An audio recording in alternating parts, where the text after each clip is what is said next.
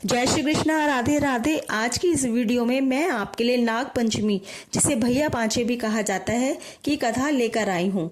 सावन शुक्ल पंचमी को नाग पंचमी का त्योहार मनाया जाता है, व्रत रखा जाता है और कथा का श्रवण किया जाता है। बिना कथा के इस व्रत को संपूर्ण नहीं माना जाता है। आइए कथा को प्रारंभ करते हैं। 7 देवरानी और जेठानियां थी। एक का पीहर नहीं था, 6 का पीहर था। एक बार 7 कुएं पर जल भरने गईं। 6 तो जल भरकर वापस आ गईं, लेकिन जो 7वीं देवरानी थी उसके लिए उन्होंने ना तो नेजू छोड़ी और ना ही ईंधई छोड़ी। वह कुएं पर बैठी रोने लगी। उसका रोना सुनकर नाग देवता आ गए। उन्होंने पूछा, क्या बात है? उसने सारी बात बता दी। नाग देवता ने कहा, कोई बात नहीं, मेरी रस्सी बना लो और जल भर लो। उसने पानी भर लिया। अब वह ईंधई कहाँ से लाई? नाग देवता ने कहा, चलो मेरी ईंधी बना लो, मुझे फिर नाली में छोड़ देना, और मैंने तुझे बहन बनाया है, इसलिए मैं तुझे 4 दिन का पीहर देता हूँ। उसने वैसा ही किया। क्योंकि एक देवरानी का पीहर नहीं था, इसलिए नाग देवता ने उसको 4 दिन का पीहर देने का वचन दिया। अब वह घर पहुंची तो सास ने पूछा, अब तक कहाँ रही? उसने सारी बात बता दी। एक दिन वह अपनी सास से बोली, माँ, मैं भी पीहर जाऊंगी। सास ने कहा, चली जा। दोनों चले गए और कुएं के पास पहुंचे। वहां सांप ने कहा, चलो दोनों मेरी पूंछ पकड़कर आ जाओ। दोनों पूंछ पकड़कर सांप के साथ बम्बई के अंदर चले गए। अंदर जाकर देखा, खूब महल मुंडेर धन दौलत थी। दोनों खूब आराम से रहे। वहां पर जब नाग नगोलिया दूध पीते थे तो उनकी माँ दूध को ठंडा करके घंटी बजा देती थी।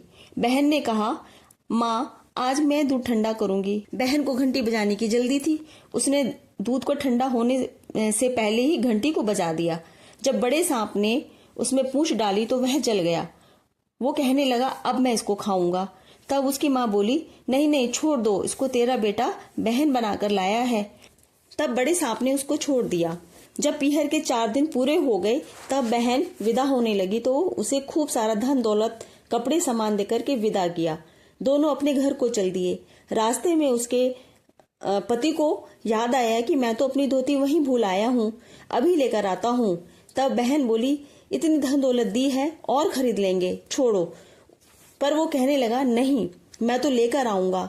जब वह वहां वापस गया तो वहां पर करील पर उसकी धोती सूख रही थी, महल नहीं था। उसने पूछा, क्या बात है? वह महल सब धन दौलत सब कहाँ गया? तब बहन ने कुएं की सारी बात बता दी कि वह 7 देवरानी जेठानी कुएं पर जल भरने गई थी।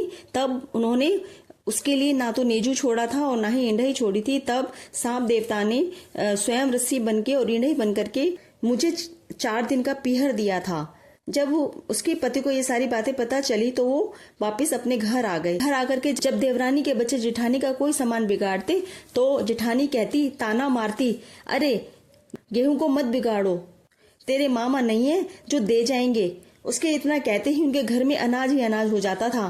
फिर एक दिन, रहने दो, हमारे झाड़ू मत बिगाड़ो, तुम्हारे मामा नहीं है जो दे जाएंगे।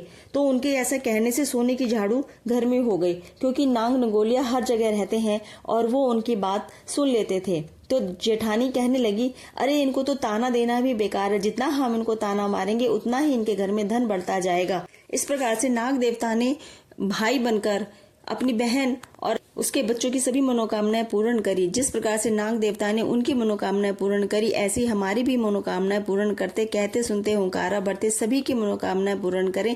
इस प्रकार से नाग पंचमी और भैया पांचे की कथा समाप्त होती है। जय श्री कृष्णा, राधे राधे।